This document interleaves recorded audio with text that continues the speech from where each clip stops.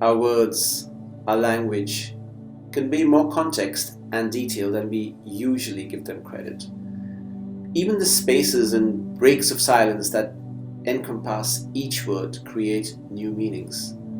It's a wonderful world where a short delay before a final word can induce tears of joy, compassion, fear, and even anger. We're human and we're not perfect. We use the wrong word or the wrong tone, and our true intention is gone. Our intent to console has turned into that of belittling.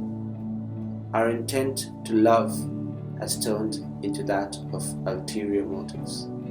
Our intent to portray confidence has turned into that of arrogance. Why do we speak the way we do? Why do we write the way we write? The factors come in multitudes. We can always strive to learn. Avoid absolutes. Never, always, forever. Embrace your own emotions. Hold your blame. Often it's not a person but an action that has driven us to a particular emotion. What you did made me feel unworthy.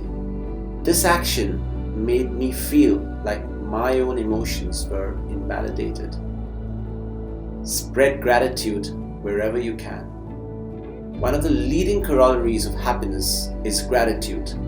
Think, embrace, give credit where it's due.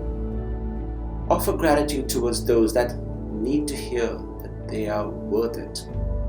Each life is worth living. Our words will mean so much more than we give them credit. Our languages help us convey more emotion than we have ever seen. Spread love and compassion. Elevate your story.